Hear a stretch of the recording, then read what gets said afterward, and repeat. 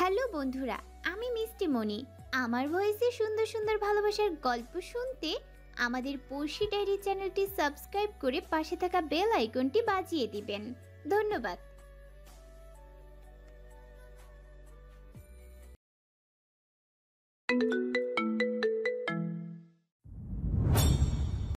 তিমিরে ডুবানো গগন শীতল বাতাসে শরীরের প্রতিটি লোমকূপ বারবার শিহরণ অনুভব করছে, সাথে মস্তিষ্ক জুড়ে হাজারটা প্রশ্ন দলা পাকে আরো জটিল আকার ধারণ করেছে তেজওয়ানের। প্রথম থেকে ভাবতে লাগলো সবকিছু নগর গ্রামে খুন হওয়া, এই ঘটনা নিয়ে খবরের কাগজে হেডলাইন, কেসের দায়িত্বটা তার কাঁধে এসে পড়া, এই গ্রামে আসা, হঠাৎ সেই রমণীকে দেখা। সত্যি হয়তো সেটা ভ্রম ছিল। তারপর তারপর তার অর্কিড, কি এক আসক্তি! এই মেয়েটাকে সে ভালো মতো চেনেও না, জানেও না, অথচ তার হৃদয় তাকে বলে দিয়েছে এই মেয়ে শুধু তোর, এই কন্যাকার হতে দেওয়া যাবে না তেজওয়ান। তুই তো তোর জিনিসে কারো নজর পর্যন্ত লাগাতে দিস না। এ তো তোর অর্কিড। আসলে এটা ভালোবাসা নাকি আসক্তি? চোখ বন্ধ বড় বড় করে দুটো শ্বাস নিল, চোখ খুলে অন্ধকারে ঢাকা আকাশের দিকে তাকালো। কল্পনার চিত্রে ভেসে উঠল তার অর্কিডের চেহারা, চাহনি আর চিবুকে থাকা কালো কুচকুচে তিলটা। তেজন হাসল, পকেট থেকে হাত বের করে ঘড়ির কাঁটায় নজর দিল। ৮টার বেশি বাজে, অথচ তেজওয়ানের কাছে মনে হচ্ছে কত বছর হয়ে গেছে অর্কিডকে দেখে না। চুলগুলো হাতের সাহায্যে ব্যাক ব্রাশ করে ফিরফির করলো, সরি অর্কিড, তুমি আটকা পড়ে গেছো আমার অতল ছায়রে। খুব শীঘ্রই তোমাকে বন্দি করব আমার একান্ত ব্যক্তিগত বন্দিশালায়।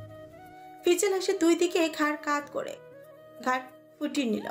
পেছন থেকে আফিফ হাতে একটি প্যাকেট নিয়ে দৌড়ে আসলো। সরি স্যার, একটু লেট হয়ে গেল। তেজন শব্দ করলো না, হাঁটা ধরলো সামনের দিকে। আফিফও বিনা বাক্যে পা বাড়ালো। কিছু দূর যেতেই আফিফ নীরবতা ভেঙে বলল, স্যার জানেন কালকে জুবাইরের বাবা এসেছে। সে কি কাহিনী, সব আমার মাথার উপর দিয়ে যাচ্ছিল। সে এতদিন জেলে ছিল আর তাকে নিয়ে এসেছে মিস কাকনের ছোট বোন। মানে শেষ কথা শুনে তেজওয়ান থেমে যায়। তাকে থেমে যেতে দেখে আফিফ কথা বলা থামিয়ে দেয়। মনে মনে ভাবে ভুল কিছু বলে দিল নাকি। তেজন ফ্রিকুচকে আফিফের দিকে তাকালো। জুবারের বাবা, সম্পূর্ণ ঘটনা কি? আফিফ হাফ ছেড়ে বাঁচলো। কালকে ঘটে যাওয়া সম্পূর্ণ ঘটনা তেজওয়ানকে বলল। তেজওয়ানের কুচকে যাওয়া কপালও প্রিয় প্রশস্ত হলো, ঠোঁট নাড়ি পিড়বিড় করলো। ওহ শিট, তার মানে কি? আফিফ পা চালাও। বলেই তেজওয়ান দৌড় লাগালো। আফিফ কিছু বুঝতে না পেরে ঠায় দাঁড়িয়ে রইল। তেজওয়ান একবারও পেছনে তাকালো না। আফিফ এবার নিজেও দৌড় দিল। ঘরের এপাশ ওপাশ হাজারি করছে জুবাই, চোখ মুখ কুচকে বিরক্তি নিঃশ্বাস ফেলছে বারবার। একই যন্ত্রণা, বিয়ে করেছে, ওই বউ সব সময় কাছে থাকবে তা না, উল্টো সারাদিন এক নজর দেখতে পেয়েছে নাকি সন্দেহ। বারবার দরজার দিকে তাকাচ্ছে আর বিরক্তির চ শব্দ উচ্চারণ করছে। বিয়ের আগেই তো ভালো ছিল, অন্তত 3 বেলা খাওয়ার সময় ডাকতে আসতে, আর এখন বিয়ের পরের দিনই এই অবস্থা। একবার বাড়িতে উঠাই তোমাকে, শুধু দিন রাত 24 ঘন্টা আমার সামনে বসিয়ে রাখবো। ফাজিল মেয়ে কোথাকার। জুবাইয়ের একা একা বকবক করতে দেখে কাকুন চোখ মুখ কুচকে নেয়। কাচের প্লেটের ঝনঝন আওয়াজে জুবাইয়ের মাথা ঘুরিয়ে দরজার দিকে তাকায়। কাকুন খাবারের হাতে দরজার সামনে দাঁড়িয়ে আছে।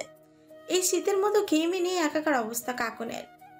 ঘামের বিন্দু বিন্দু জল কণাগুলো কপাল বেয়ে কানের পাশ দিয়ে গড়িয়ে পড়েছে। এত সময় রাগের আগুনটা নিমিষেই নিভে গেছে। কাকুন খাবারটা এনে পরের টেবিলে রাখলো। জুবাইর এখনো কোমরে হাত দিয়ে কাকুনের দিকে তাকিয়ে আছে। কাকুন পেছনে করে জুবাইরের চোখে চোখ রাখে। জুবাইরের চোখ অন্য কিছু বলছে।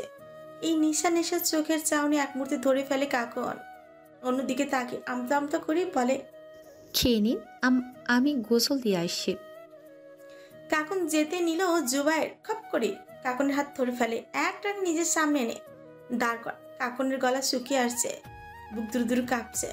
জুবাইর নিজের শুকনো ঠোঁট দুটো জিভ দিয়ে ভিজিয়ে নিল, হাসকি স্বরে বলল, বউ একটা চুমু খাই। জুবাইয়ের এমন আবদারে কাকুন নিচের দিকে তাকায়। জুবাইর তার অপর হাত কাকুনের ঘাড়ে রাখে, হুট করে ঘাড় চেপে আরো কাছে এনে ঠোঁটে ঠোঁট ডুবিয়ে দেয় জুবাইর। আকস্মিক জুবাইয়ের আক্রমণে তাল সামলাতে না পেরে কাকন জুবাইরের গেঞ্জি আঁকড়ে ধরে। গভীর থেকে গভীরতর হচ্ছে তাদের উষ্ঠতরের মিলন। জুবাইর আরো গভীরভাবে ছুঁয়ে দিচ্ছে কাকনকে। কাকনের উন্মুক্ত পেট স্পর্শ করতে কাকন আরো শক্ত করে জুবাইরকে চেপে ধরে। প্রায় মিনিট 10 পর জুবাইর কাকনকে ছাড়ে। দুজনেই প্রাণ ভরে শ্বাস নেয়। কাকন মাথা নিচু করে বিছানায় বসে পড়ে। জুবাইর এখনো দাঁড়িয়ে আছে। বউ, আগে কেন বলনি তোমার ঠোঁটে লবণ আছে? এতটা সময় কাকন লজ্জায় মাথা তুলতে পারছে না। কিন্তু জুবাইর এটা কি বললো? জুবাইর এমন কথা শুনে কাকন হাঁ করে তার দিকে তাকালো। কি? জুবাইর ঠাস করে বিছানায় শুয়ে পড়ল। চোখ বন্ধ করে ঠোঁট উল্টে বলল, হ্যাঁ তো, তোমার ঠোঁটের লবণে আমি হারিয়ে গিয়েছিলাম। এই লবণ আমার রোজ চাই, না না ঘন্টায় ঘন্টায় চাই। বেশি হয়ে গেল। আচ্ছা মিনিটে মিনিটে চাই। কাকন এখন আহাম্মকের মতো জুবাইরের মুখের দিকে তাকিয়ে আছে। মনে মনে নিজে পিড়পিড় করলো, কার পাল্লায় পড়লাম আমি? সবাই তুলনা দেয় মধুর সাথে, আর এই ছেলে লবণের সাথে। জুবাইর চুপ করে চোখ খুলে কাকনের দিকে তাকালো বাচ্চাদের মতো অভিমানী স্বরে বলল, বউ, সবার সাথে আমার তুলনা করছো? আমি আর সবাইকে এক হলাম বলো বউ? তুমি জানো না আমি ব্যতিক্রম? শোনো, মধু বেশি খেলে ডায়াবেটিস হবে, তাই তো লবণের সাথে তুলনা দিলাম। কাকন কটমট চোখে জুবাইরের দিকে তাকালো, তাতে তৎ চেপে বলল, লবণ বেশি খেলে রক্ত পানি হয়ে যাবে, রক্তচাপ বেড়ে যাবে। কাকন হন হন করে চলে গেল। জুবাইর শব্দ করে হেসে উঠল। যাক, বোটাকে খেপানো গেছে। জুবাইর পিড়পিড় করে বলল, না বউ, মধুর সাথে আমি তুলনা দেব না। তুমি আমার অমৃত। বিরক্তি নিয়ে বারান্দায় দাঁড়িয়ে আছে তেজওয়ান। এখনো ঘরে যায়নি। বাড়ি এসে আগে জুবাইরের ঘরের দিকে পা বাড়িয়েছিল। এটাই ভুল ছিল। জুবাইরের সাথে জরুরি কথা বলবে ভেবেই দ্রুত বাড়ি এসেছিল। সেই অনুযায়ী তার ঘরের কাছেও আসে, কিন্তু দরজার সামনে এসে অপ্রীতিকর পরিস্থিতির সম্মুখীন হতে হলো। বিরক্তিতে বিড়বিড় করে উঠল তেজওয়ান। স্টুপিড ছিল কোথাকার, দরজা বন্ধ না করে শুরু করে দিয়েছে। Too much. তেজন ঘরে ঢুকতেই যাবে এমন সময় তার ফোন বেজে উঠে হাতে নিয়ে দেখে অপরিচিত নাম্বার। ফোন তুলে কানের সামনে ধরতে অপছন্দের একটি কণ্ঠস্বরী ভেসে উঠল। I am sorry love, I am so sorry. আমি রাগের মাথায় যেসব বলে ফেলেছিলাম জান, আর হবে না, এবারের মতো ক্ষমা। Stop it nonsense. তোমার সাহস কি করে হলো আমাকে ফোন করার? ওপাশ থেকে প্রিয়া কাঁদতে কাঁদতে হেঁচকে তুলে বলল, আমি সত্যি ক্ষমা চাচ্ছি জান, দেখো আমি তোমাকে অনেক ভালোবাসি। তেজন ক্ষিপ্ত কণ্ঠে বলল, আর একবার, শুধু একবার যদি আমাকে জান বলে ডাকো, আমি তোমাকে এখানে পুঁতে ফেলবো। পেচ। ফোনটা কেটে দিল তেজওয়ান। মেজাজ যখন খারাপ থাকে তখন সব বিরক্তিকর জিনিসগুলো আরো বেশি হয়। তেজন নিজের ঠোঁট কামড়ে রাগ কমানোর চেষ্টা করে ফোনটা পকেটে রেখে দেয়। দরজায় হাত রেখে খুলে ভেতরে ঢুকতেই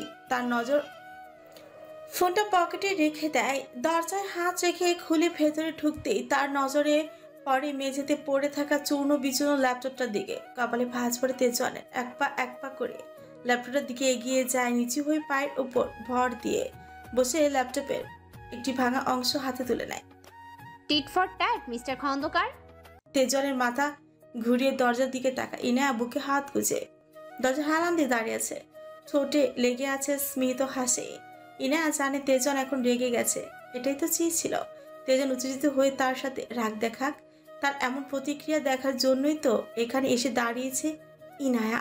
কিন্তু ইনায়াকে অবাক করে দিকে তেজওয়ান ল্যাপটপটার সকল ভাঙা অংশ একত্রিত করে টেবিলের উপর রাখলো। স্বাভাবিকভাবেই ইনায়ার সামনে এসে দাঁড়ালো তেজওয়ান। Is my orchid happy now? Are you feeling good? That's enough for me, love. Inaya সোজা হয়ে দাঁড়ায়। ভেতর ভেতর তেজওয়ানের আচরণে তার অবাক লাগলেও বাইরে নিজেকে স্বাভাবিকভাবে প্রদর্শন করে ইনায়া। গম্ভীরতার সহিত বলে, ভেতরে জ্বলতে থাকা আগুন নেভাতে পেরেছি, শান্তি তো লাগবেই, তাই না? তেজার মৃদু হাসে। অবশ্যই। ইনায়ার ভেতর রাগ হচ্ছে। সে তো তেজওয়ানকে উত্তেজিত হতে দেখতে চেয়েছিল। তেজওয়ানের রেগে যাওয়া দৃশ্যটা উপভোগ করতে চেয়েছিল। তোমার করার সামান্য বিষয়ে যদি আমি তোমার উপর রেগে যাই তাহলে কি করে হবে বলো? তবে চিন্তা করো না, তোমার জন্য জান কুরবান। ইনায়া অবাক হলো। এই ছেলে মনের কথা শুনতে পায় নাকি? তেজওয়ানের ঠোঁটে মৃদু হাসে। ইনায়া তাতে দাঁত চেপে সেখান থেকে চলে যায়, সাথে পিটপিট করে। সিরিয়াসলি ম্যান, মাথার তার সবকটা ছেঁড়া। ইনার চলে যেতে আড়ালে দীর্ঘশ্বাস ফেলে তেজওয়ান। ইনার বদলে এখানে অন্য কেউ এই কাজ করলে এতক্ষণে তার অস্তিত্ব পাওয়া যেত কিনা সন্দেহ। তবে ইনার প্রতি বিন্দু পরিমাণ রাগ হলো না তার। ভাঙা ল্যাপটপটার দিকে তাকিয়ে একবার ঠোঁট টিপে মৃদু হাসলো তেজওয়ান। একটা সামান্য ল্যাপটপে তো ভেঙেছে, তাই বলি কি আমি আমার অর্কিডের উপর রেগে যাব? বোকামে, এরকম হাজারটা ল্যাপটপ তুমি ভাঙতে পারো, আমি কিচ্ছু মনে করবো না। ধোয়া ওঠা গরম কফির মগ হাতে দাঁড়িয়ে আছে ইনায়া। কিছু ভালো লাগছে না তার। ভালো লাগার কারণটা তো নেই। কফির মগে চুমুক দিচ্ছে আর বারবার ফোনের দিকে তাকাচ্ছে। এই বুঝি ফোন করবে না? আবার কল করলো রুমমেটকে, না বন্ধ হয়ে আছে। চিন্তা হচ্ছে এবার ইনায়ার, ওর প্রিয় কুকুরটাকে যে রুমমেটের কাছে রেখে এসেছে। আমাকে ফিরতে হবে দ্রুত। কফির মগটা শব্দ করে ছাদের রেলিংয়ে রেখে সেখানে বসে পড়ল সে। চারদিক তিমিরে ঢেকে আছে। আজ বুঝি আমাবস্যা। হয়তো ইনাকে খুঁজতে খুঁজতে ছাদে চলে এসেছে। কাফি রীতিমতো হাঁপাচ্ছে। কাফি ইনার পেছনে দাঁড়িয়ে হাঁপিয়ে হাঁপিয়ে বলল। ম্যাম, ইনার সামনের দিকে তাকিয়ে জবাব দিল। বলো। আদিল খান ফোন করেছিল। তো কাফি শুকনো চোখ গিলে বলল, আদিল খান এই গ্রামে আসছে। আসুক। ইনার সহজ সরল স্বীকারোক্তি। কাফি অবাক হয়ে কিছু বলতে চাইল, তার আগে ইনা শান্ত কণ্ঠে বলে, আমি একা থাকতে চাই। কাফি ছোট্ট করে নিঃশ্বাস ফেলে, অতঃপর বিনা বাক্যে চলে যায়। ইনা দু হাঁটুর মাঝে মাথা রেখে মৃদু হাসে। আমি ঘৃণা করি, এই সব কিছু ঘৃণা করি। আমি ভালো নেই। তোমার ইনার কানে ছনছন শব্দ বেজে উঠলো। চোখ জোড়া আপনা আপনি বন্ধ হয়ে আসলো। বসা থেকে ঢলে পড়লো অন্ধকারের ছায়া খোলা আকাশের নিচে। নিঃশ্বাস নিতে কষ্ট হচ্ছে তার। মুখ দিয়ে শব্দ করার চেষ্টা করেও বৃথা হলো। গলায় আটকে আছে সব। পুরোপুরি নিস্তেজ হওয়ার আগে স্পষ্ট স্বরে উচ্চারণ করলো, অনুপ্রভাব বেঁচে আছে দিদা।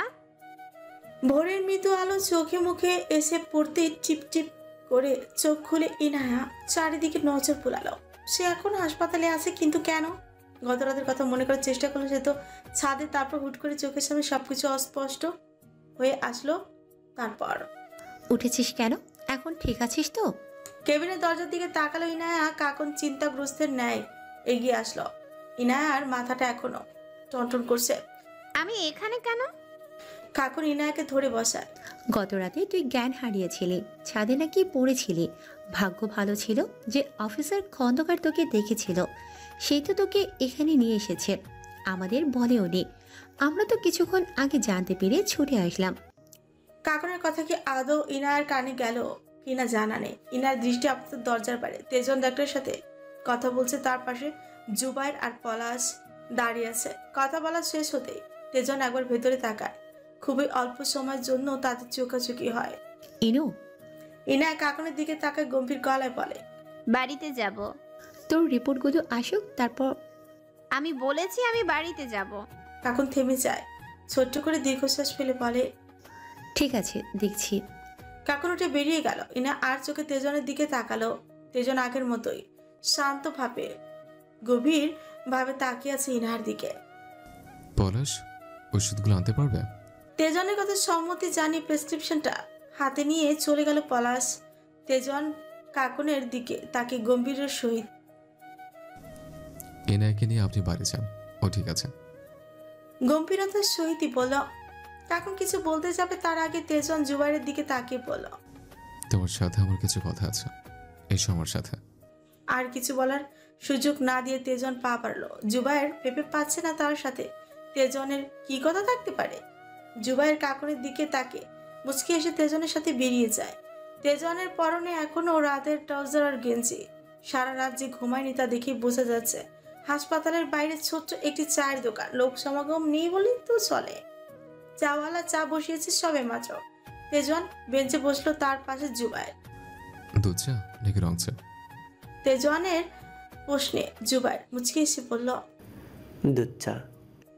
তেজন দোকানিকে গম্ভীর গলায় বলে, একটু রং চা আর একটু দুধ চা দিন। দোকানি মাথা নাড়িয়ে বলল। তেজন কিছু বলল না। সামনের বেঞ্চে বসা জুবাইরের দিকে তাকালো। আমার কিছু প্রশ্ন ছিল। জুবাইর ভেতরে ভেতরে অবাক হলেও মুচকি এসে বলল, হ্যাঁ বলুন, কি প্রশ্ন? সালেউদ্দিন নামটা শুনেছ? জুবাইর সোজা হয়ে বসে, চেহারায় কৌতূহল। হ্যাঁ। That's good. কি হয় আপনার? জুবাইর ফ্রিকুচকে বলে। আপনি হঠাৎ এসব কেন জানতে চাইছেন? তেজন চায়ের পাত্র জুবাইরের দিকে এগিয়ে দিল, নিজের কাপে চুমুক দিয়ে ফিচেল হেসে বলল, একটু পরে জানতে পারবেন, আগে বলুন। জুবাইর নিজের কাপে চুমুক দিয়ে বলে, আমার মায়ের বাবা, বলতে গেলে আমার নানা। তেজন মৃদু হাসে। তেজনকে হাসতে দেখে জুবাইর ফ্রিকুচকে জিজ্ঞেস করল, হাসছেন কেন? তেমন কিছু না, চাটা শেষ করে বাড়ি যাওয়া যাক। জুবাইর চায়ে চুমুক দিতে দিতে বলল, আপনি সালেহ খন্দকারকে কিভাবে চেনেন? তেজওয়ান কাপটা দোকানিকে দিয়ে মানিব্যাগ থেকে টাকা বের করে দেয়। দোকান থেকে বেরিয়ে যেতে যেতে বলে, সে আমার দাদু। তেজওয়ানের কথা শুনে জুবাইরের চা গলায় আটকে যায়। কাশতে কাশতে উঠে দাঁড়ায়, চায়ের কাপটা বেঞ্চের উপর রেখে তেজওয়ানের সামনে এসে দাঁড়ায়। অবাক দৃষ্টিতে তেজওয়ানের দিকে তাকে আছে জুবাইর। তেজওয়ান গম্ভীর গলায় বলল, এত অবাক হওয়ার কি আছে? জুবাইর এখনো সেভাবে দাঁড়িয়ে আছে। তেজওয়ান ছোট্ট করে শ্বাস ফেলে বলে, হ্যাঁ, তুমি যা ভাবছো তাই। আমি তেজন খন্দকার ওরফের রোদ। জুবাইর কি করবে না করবে বুঝতে পারছে না। মুহূর্তে মনে পড়ে গেল অতীতে কাটানো তাদের মুহূর্তগুলো।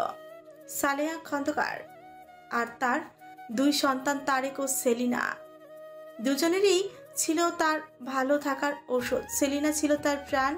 তবে এই আদরের মেয়েটা যখন তার মান সম্মানের পরোয়া না করে পালিয়ে গিয়েছিল, সেদিনই একমাত্র আদরের মেয়েকে মৃত বলে ঘোষণা করেন।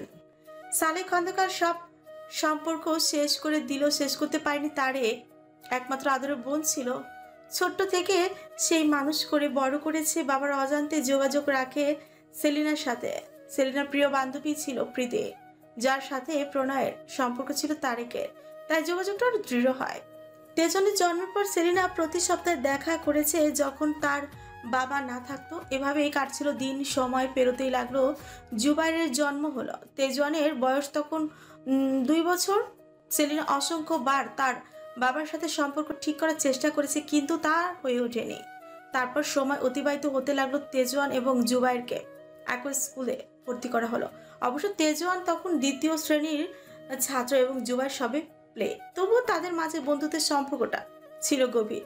সেলিনা প্রীতি দুজনেই সারাদিনই গল্প করত যতটা সময় স্কুলে থাকতো। অপরদিকে তেজওয়ান ও জুবাইর, অবশ্য এই নাম দুটো তাদের দুজনের কাছে অপরিচিত, কারণ জুবাইর তেজওয়ানকে রোদ নামেই চিনত এবং তেজওয়ান জুবাইরকে সাফির নামে। তেজওয়ান ছোট্ট থেকে চুপচাপ স্বভাবের থাকলো। জুবাইর ছিল চঞ্চল প্রকৃতির। জুবাইর 11তম জন্মদিনের দিন তারেক এবং প্রীতি আসতে চাইলেও আসতে পারেনি, কারণ তখন সালেহ খন্দকার প্রচুর অসুস্থ ছিলেন। জরুরি ভিত্তিতে তাকে নিয়ে তখন তারা আমেরিকা ছিলেন। সালেহ খন্দকার সুস্থ হওয়ার পর তারা দেশে ফিরে আসেন। তবে আসার পর শুনতে পারেন সেই মর্মান্তিক ঘটনা। সেলিনা বেঁচে নেই। সেদিন সালেহ খন্দকার কেঁদেছিলেন। নিজের লোক দেখানো অহংকার তার থেকে সব কেড়ে নিল। তিনি অনুতাপের আগুনে পুড়েছিলেন। তারেক আর সালেহ পরবর্তীতে সব ঘটনা জানতে পারেন, কিন্তু খোঁজ পায়নি সেই ছোট্ট বাচ্চা দুটোর, জাহিন আর জুবায়ের। অনেক চেষ্টার পরেও কোনো খোঁজ পাওয়া যায়নি, কারণ জুবায়ের তো জাহিনকে নিয়ে চলে গিয়েছিল অন্য একটি অচেনা শহরে। সেখানেই তাদের বেড়ে ওঠা। তারপর প্রায় 10 বছর পর জুবায়ের আবার ঢাকায় ফিরে আসে জাহিনকে নিয়ে। তেজন একে একে সব বলল। জুবায়েরের চোখ অশ্রুকণা এসে ভিড় করেছে। সবটা তার ভাগ্য। যেভাবে সব হারিয়েছিল, সৃষ্টিকর্তা আবার সেভাবেই দেখা করিয়ে দিল। জুবায়ের মাথা নিচু করে নিজের আবেগ নিয়ন্ত্রণ করার চেষ্টা করছে। তেজওয়ান মৃদু হেসে আলতো করে জুবায়েরকে জড়িয়ে ধরে। জুবায়ের স্মিত হাসে। আজকে সত্যি খুশির দিন। জুবায়ের সোজা হয়ে দাঁড়িয়ে প্রশ্ন করে, মামা, নানা আর মামুনি এখন কোথায়? কেমন আছে তারা? তেজন দীর্ঘশ্বাস ফেলে বলে, বাবা মা ভালো আছে, তবে দাদু বেঁচে নেই। করোনা মহামারীতে তিনি ইন্তেকাল করেন। জুবায়ের নীরবে নিঃশ্বাস ত্যাগ করে, আবার তেজনের দিকে তাকিয়ে মৃদু হাসে। আমি কি আগের মতোই আপনাকে রোদ ভাইয়া বলে ডাকতে পারি? না। তেজনের প্রত্যাখ্যানে জুবায়ের বিস্মিত নয়নে তাকালো। তেজন আবার বলল, আই হেট দিস। রোদ ভাই না বলে ব্রো বলে ডাকবে, ওকে? তেজন জুবায়েরকে পাশ কাটিয়ে সামনের দিকে হাঁটা ধরে। জুবায়ের শব্দ করে হেসে ফেলে। তেজওয়ান এখনো আগের মতোই আছে। ছোট্ট থেকে এই ভাই ডাকটা সে পছন্দ করে না। জুবাইর খ্যাপানোর জন্যই রোদ ভাই বলে ডাকতো। তবে এতগুলো বছর পর তাদের দেখা হবে এটা অভাবনীয়। তার উপর তেজওয়ান কি সুন্দর আগের মতোই তুই বলে সম্বোধন করছে না। আজকে জুবাইরের মনে হচ্ছে সে সুখী। তার আপন বলতে সবাই আছে, বাবা আছে, ভাই আছে, বোন আছে, বউ আছে। বউয়ের কথা মনে আসতে জুবাইর পিটপিট করে। ইস, বউ তোমাকে অনেক মিস করছি, আসছি আমি। বাড়ির সদর দরজার সামনে আসতে ভেতর অবস্থানরত ব্যক্তিকে দেখে থেমে গেল ইনায়া। উল্টো দিক ফিরে বসে থাকা ব্যক্তিটির সামনেই বসে আছে ফারুক ও সুমি। তাদের পেছনে চুপচাপ দাঁড়িয়ে আছে কাফি। ইনায়ার কাকুনকে দরজার সামনে দাঁড়িয়ে থাকতে দেখে কাফি শুকনো ঠোক গেলে। কি হলো, ভেতরে চল। কাকুনের কথা ইনার ভেতরে প্রবেশ করলো। ইনায়াকে আসতে দেখে সুমি উঠে এসে তার কাছে আসে। কেমন আছো বোন? কি হয়েছিল তোমার? সুমি ইনায়াকে ধরতে নিলে ইনা দুপা পিছিয়ে যায়। গম্ভীর দৃষ্টিতে তাকিয়ে বলে, আমি ঠিক আছি। এগিয়ে গেল সোফায় বসে থাকা লোকটার দিকে। লোকটা আর কেউ নয়, আদিল খান। ইনায়াকে দেখে আদিল মন মুগ্ধ করা হাসি দেয়। তবে এই হাসি মুগ্ধ করতে পারেনি ইনায়াকে। তোমার বন্ধু আসতেছে, আমারে আগে বলবা তো। ইনা ফারুকের কথা শুনে আদিলের দিকে তাকালো। একে কোন দিক দিয়ে আমার বন্ধু মনে হচ্ছে? ফারুক কিছু বুঝতে না পেরে ফিকুচকে নেয়। আদিল মৃদু শব্দ করে হাসে। সেই হাসিতে গালের এক পাশে সামান্য টোল পড়ল। আদিল তো বললো ওই তোমার বন্ধু। আদিল ফারুকের দিকে তাকে মৃদু হেসে বলল, আরে দাদু, বললাম না ইনায়া রাগ করেছে, চিন্তা করবেন না, আমি মানিয়ে নেব। ইনা ফ্রি উঁচিয়ে করে ফিসেল হাসল। হ্যাঁ অবশ্যই, চলুন আপনার রুম দেখিয়ে দেই। ইনা আর এতটা স্বাভাবিক আচরণ আশা করেনি আদিল। এই মেয়েটা স্বভাবতই অদ্ভুত। কখন কেমন আচরণ করে বসে বা পরবর্তী পদক্ষেপ বুঝে ওঠা মুশকিল। ইনা উপরে উঠতে লাগলো। আদিল ফারুককে বিদায় জানিয়ে ইনার পেছন পেছন যেতে লাগলো। দোতলার একটি বন্ধ রুমের দরজা খুলে দিল ইনায়া। ভেতরের ময়লা আবর্জনা ভরপুর। পেছনে তাকে ছোটে হাসি ফুটিয়ে বলল, এই যে আপনার থাকার জায়গা। ফিকুচকে রুমের দিকে তাকালো, বলল, এখানে তো আবর্জনা। আপনি নিজেই তো একটা আবর্জনা। আদিল অগ্নি দৃষ্টিতে ইনার দিকে তাকালো। ইনা ফিচেল হাসছে। এই মেয়েটা কত রকম ভাবে তাকে অপমান করবে আর তার হিসেবই নেই। শুধু কিছু বলতে পারে না বিধায় ইনা পাশ কাটিয়ে চলে যেতে নিলে আদিল ইনার হাত ধরে। ইনা চট করে হাত ছাড়িয়ে নেয়। এর আগেও বলেছি আমার স্পর্শ করবেন না। আদিল দীর্ঘশ্বাস ফেলে নিচু স্বরে বলল, আচ্ছা বাবা, সরি, আর ধরবো না। এবার বলো, এত রেগে কেন আছো? তুমি তো জানো আমার বাবা অসুস্থ, তাই তো তারিখ পেছাতে হয়েছে। ইনা তাচ্ছিল্যর হাসি হাসল। বিরক্তি নিয়ে বলল, সো হোয়াট, যাই হোক এসেছেন আজকের দিনটা থেকে কাল সকালে বিদায় হবেন। আমাদের বাড়িতে আবার অতিথিদের তাড়িয়ে দেওয়ার নিয়ম নেই।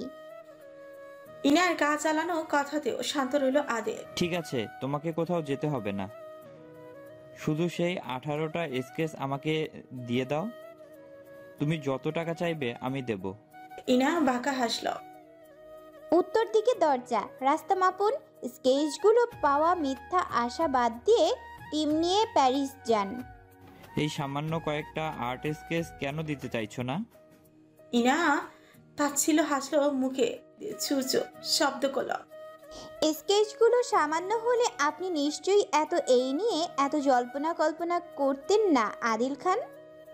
আদিল কিছুটা ফটকে যায়। মানে? ইনা চোখ মুখ শক্ত করে গম্ভীর স্বরে উত্তর দেয়, এক্সিবিশনটা পুরোটাই একটা সাজানো নাটক, তা আমার জানা। এই ইয়ানা শিকদারকে কাঁচা খিলাড়ি ভেবে ভুল করেছেন। তবে একটা সত্যি কথা বলি, আপনার ধারণা এবং পাওয়ার থেকেই অধিক মূল্যবান এই স্কেচগুলো, যা আপনি ভাবতেও পারবেন না। আর টাকার জন্য এগুলো আপনাকে দিয়ে দেব, এত সহজ বুঝি? আদিল চোখ বন্ধ করে বড় করে শ্বাস নেয়। তার প্ল্যান পুরোটা ধরে ফেলেছে এই মেয়ে। প্রচন্ড চতুর ও দাম্ভিকতা এই মেয়ের মাঝে। নিহাত এই মেয়েটাকে ভালোবাসে, না হলে কবেই এর দাম্ভিকতাকে ভেঙে ফেলতো। জেনেই যখন ফেলেছো তাহলে দিয়ে দাও। কি আছে ওই স্কেচে যে তুমি দিতে চাইছো না? প্যারিসের নামকরা ব্যবসায়ী ফাইট ক্লাড ওই স্কেচগুলো পছন্দ করেছে, যে কোনো ডিমান্ড সে পূরণ করবে। আর সব থেকে বড় কথা, আমি ডিল সাইন করে ফেলেছি, অ্যাডভান্সও নিয়েছি। ইয়ানা, প্লিজ দিয়ে দাও। তুমি একজন গুড আর্টিস্ট, এমন হাজারটা স্কেচ বানাতে পারবে। I don't care. ইনায়া, তুমি কেন বুঝতে পারছো না? এটা তো আমাদের জন্যই লাভ। আর 50% টাকা তোমার, ভাবতে পারছো? আমি ভিখারি নয়। ইনায়া চলে যেতে যেতে মৃদু হেসে বলে, বোকা ছেলে, এই স্কেচগুলোর সাথে কত মানুষের স্মৃতি জড়িয়ে আছে তুমি জানো? আমি কি তাদের ভুলতে পারি? তাদের স্মরণ করতে হবে না? ইনায়া চলে যেতে আদিল নিজের মাথার চুল খামচে তোল, রাগে মাথার রগগুলো ছিঁড়ে যাচ্ছে। এই মেয়ের সবটা জানলো কি করে? এত প্ল্যান, এত কিছু, এই স্কেচগুলো দিলে কি এমন ক্ষতি হবে ভেবেই পায় না আদিল। আর কিছু মানুষের শৌখিনতাও পছন্দ হলো তো হলো, ইনায়ার করা স্কেচগুলোই রাগ সংবরণ করতে না পেরে আদিল দরজা লাথি মারল, দর চেপে পড়ল। এই সোয়ার, আমি তোমাকে মেরে ফেলবো, তবু আমার স্কেচগুলো চাই। এত বড় একটা সুযোগ আমি কিছুতেই নষ্ট হতে দিতে পারি না। কিন্তু স্কেচগুলো এখন কোথায়? উফ shit. Inaya, I will kill you girl. দিনটা শুক্রবার। প্রতিদিন পড়াশোনা থেকে শুরু করে নানা রকম ব্যস্ততার মাঝে এই দিনটাই একটু স্বস্তি পাওয়া যায়, নিজেকে একটু রিল্যাক্স করা যায়। সবাই এই দিনটায় শুয়ে বসে কাটালেও ইনার ছিল ব্যতিক্রম। সে সবসময় অপেক্ষা করত এই শুক্রবারে। নিজের ছোট্ট আর্ট গ্যালারিতে বসত সে, রং তুলি নিয়ে নিজের ভেতরে থাকা অনুভূতিগুলোকে নিখুঁতভাবে ফুটিয়ে তুলত। কিছু কিছু স্কেচ বিক্রি করে হাত খরচে টাকা জোগাড় করত। মাস 6 আগে সময়টা ছিল সরকার নিরিবিলি একটা জঙ্গলের পাশ দিয়ে বয়ে চলা নদীর সামনে বসে প্রকৃতির নিদারুণ সৌন্দর্য ফুটিয়ে তুলছে ইনায়া। স্বচ্ছ নীল জলধারা, আশেপাশে গাছপালা, বন্ধুরা মিলে ঘুরতে আসলেও ইনায়া এক কোণে বসে ক্যানভাসে সৌন্দর্য প্রকাশ করে ব্যস্ত। পাশে তার কিছু চেনা জানা মুখশ্রীর মেয়েরা হাসাহাসি গান বাজনা করছে। হঠাৎ পেছন থেকে এক পুরুষালী কণ্ঠস্বর ভেসে আসলো। আমি বসতে পারি? ইনা এক পলক তাকে গভীরভাবে আবার নিজের কাজে মনোযোগ দিল। ছেলেটাকে এর আগেও দেখেছে, ইনার রুমমেটের বয়ফ্রেন্ড। প্রায়শই কলেজে আসতো দুজনে, আজকেও বোধহয় এসেছে। ছেলেটি ইনার কোনো জবাব না পেয়ে বসে পড়লো, মুচকি হেসে বলল, হাই, আমি আদিল খান। আপনার নামটা? ইয়ানা শিকদার। ইনার সোজা সাপটা উত্তর। সেদিনই আদিলের সাথে তার প্রথম দেখা। আদিল মুগ্ধ হয়েছিল ইনার এই প্রতিভা দেখে। পুরো জীবন্ত লাগছে এই স্কেচগুলো। সেদিন আদিল নিজে থেকেই বলেছিল তার কোম্পানির কথা, ইনাকে কাজের অফার করে। প্রথমত ইনা রাজি হতে চায়নি, তবে আদিলের জোরাজুরিতে ইনা রাজি হয়। পরের দিন আদিল ইনার আর্ট গ্যালারিতে যায়। সেখানে অসংখ্য স্কেচ। আদিল মুগ্ধ হয়। প্রতিটা স্কেচ যেন নিজেকে প্রকাশ করেছে, কথা বলছে। ইনা কথা কম বলতো। আদিলের ধারণা ছিল ইনা হয়তো সহজ সরল, কিন্তু এই মেয়ের সাথে মিশতে মিশতে বুঝে গেছে এই মেয়ে মোটেও সহজ সরল নয়। এই মেয়ে মাত্রাতিরিক্ত ডেঞ্জারাস। আর এই বিষয়টা বুঝতে পেরেছিল সেদিন, যেদিন ইনার অনুমতি ব্যতীত তার কিছু স্কেচের পিকচার ওয়েবসাইটে প্রকাশ করেছিল। আদিলের জোরাজুরিতে নিজের বাড়িতে দাওয়াত করে ইনায়া। এই ছেলেকে কোনো এক কারণে বিরক্ত লাগে তার। ইনার রুমমেট হলো লিমা। 3 রুমের ফ্ল্যাট, যার 2 রুম ছিল ইনায়ার আর একটা লিমার। আদিল ইনার ফ্ল্যাটে আসে। ইনায়া তখন রান্না করছিল, তাকে সাহায্য করছিল লিমা। কৌতূহলবশত পাশের ছোট্ট রুমটায় প্রবেশ করে আদিল। সাথে সাথেই হা হয়ে যায় তার মুখ। এমনিতে ইনার আর্টের হাত অপরূপ, তবে এই রুমটাতে মাঝারি সাইজের 18টি ক্যানভাস, যার প্রত্যেকটিতে প্রকৃতির এক একটি সৌন্দর্যের দৃশ্য। সমুদ্র, পাহাড়, নদী, জঙ্গল, আকাশ, আরো নানা রকম দৃশ্য। আর প্রত্যেকটি দৃশ্য একটি ছেলে কাল্পনিকভাবে হয়তো এঁকেছে, তবে এই সৌন্দর্যের প্রেমে পড়ে গেছে আদিল। এই অবাস্তব ছেলেটাকে মারাত্মক আকর্ষণীয় লাগছে। এই সৌন্দর্যের উপর হিংসে হলো আদিলের, তবে এই স্কেচগুলো তাকে আকৃষ্ট করছে কোনো এক অদৃশ্য মোহ কাজ করছে। আদিলের ইচ্ছে করলো একটু ছুঁয়ে দেখার, আবার ভাবলো যদি নোংরা হয়ে যায়। আদিল পকেট থেকে মোবাইল বের করে সম্পূর্ণ ঘরের ভিডিও করলো। মনে মনে ভাবলো এইগুলো ওয়েবসাইটে প্রকাশ করবে, কিন্তু ইনায়াকে বলবে না। যদি কেউ পছন্দ করে তবে ইনায়াকে সারপ্রাইজ দেবে। তবে এই ভাবনাটা কাল হয়ে দাঁড়ায় তার কাছে। আদিল সত্যি ভিডিওটা প্রকাশ করে। ইনায়ার সামনে যখনই ভিডিওটি পড়ে, ইনা এক মুহূর্ত দেরি না করে সোজা আদিলের অফিসেই চলে যায়। আদিল তখন তার অ্যাসিস্ট্যান্টের সাথে কাজ নিয়ে কথা বলছিল। ইনায়া কাউকে তোয়াক্কা না করে আদিলের সামনে গিয়ে দাঁড়ায়। আদিলের কলার ধরে দাঁড় করে ঠাস করে থাপড় বসে দেয় আদিলের গালে। ইনার এমন আকস্মিক পদক্ষেপের কারণ বুঝে ওঠার আগে ইনায়া অগ্নিগিরির উত্তপ্ত লাভার মতো ফেটে পড়ে। How dare you bitch! আমার অনুমতি ছাড়া তুই কেন আমার স্কেচ ভিডিও পাবলিশ করেছিস? আদিলই রাগের কারণ জানে না। কিছু বলার আগে ইনা আবার বলে, ডিলিট কর এক্ষুনি, আর কোনো দিন যেন তোকে আমার সামনে না দেখি। ইনা গটগট করে বেরিয়ে যায়। আদিল আহম্মকের মতো তাকিয়ে ছিল। ইনার কথা মতো ভিডিও ডিলিট করতে চেয়েছিল, কিন্তু তার আগেই ক্লড নামে বিজনেসম্যান তাকে আনলিমিটেড টাকার অফার করে দিল। আদিল এই সুযোগ হাতছাড়া করতে চায়। প্রথমত তার প্রেম প্রত্যাখ্যান করা, তারপরেই থাপ্পড়ের বদলা, আর সব থেকে মূল্যবান সেই স্কেচগুলো পাওয়ার জন্য এত সব কিছু সহ্য করছে সে। ইনাকে ছলে বলে মাপ চেয়ে আবার তার হয়ে কাজ করার জন্য রাজি করিয়েছে, কিন্তু এই মেয়ে তো এক কাঠি উপরে। হয়তো বুঝতে পেরে গিয়েছিল আগে, তাই তো স্কেচগুলো সরিয়ে ফেলেছে। কোথায় রাখতে পারে স্কেচগুলো? আর কি বা আছে এমন স্কেচগুলোতে যে এতটা উত্তেজিত হয়ে গিয়েছিল ইনায়া?